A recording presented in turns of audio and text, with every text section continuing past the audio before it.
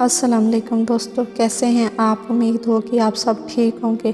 جب انسان اچھا خواب دیکھتا ہے تو وہ اللہ کی طرف سے ہوتا ہے، اور برا خواب جب وہ دیکھتا ہے تو وہ شیطان کی طرف سے ہوتا ہے۔ جب کوئی شخص کوئی اچھا خواب دیکھے تو اسے چاہیے کہ اس کے بارے میں علماء کرام کو بتائے، نہ کہ کسی عام انسان کو، اور اگر کوئی برا خواب دیکھے تو اس سے کسی کو نہ بتائے بلکہ اللہ سے معافی مانگے، استغفار کرے اور صدقہ کرے۔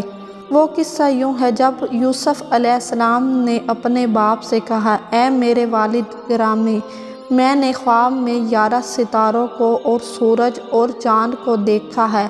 میں نے انہیں اپنے لیے سجدہ کرتے ہوئے دیکھا ہے۔ انہوں نے کہا، اے میرے بیٹے، اپنا یہ خواب اپنے بھائیوں سے بیان نہ کرنا، ورنہ وہ تمہارے خلاف کوئی فریب چال چلیں گے۔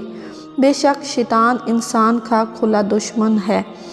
نبی کی یہ نصیحت سب اپنے بیٹے کے لیے ہی نہیں بلکہ قیامت تک تمام مسلمانوں کے لیے ہے۔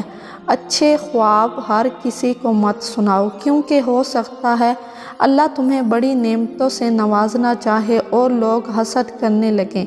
اللہ تعالی ہمیں قرآن کے حقیقی پیغام کو سمجھنے کے ساتھ قرآن پڑھنے کی توفیق عطا فرمائے، اور ہمارے تمام دنیاوی اور دینی علم میں اضافہ فرمائے۔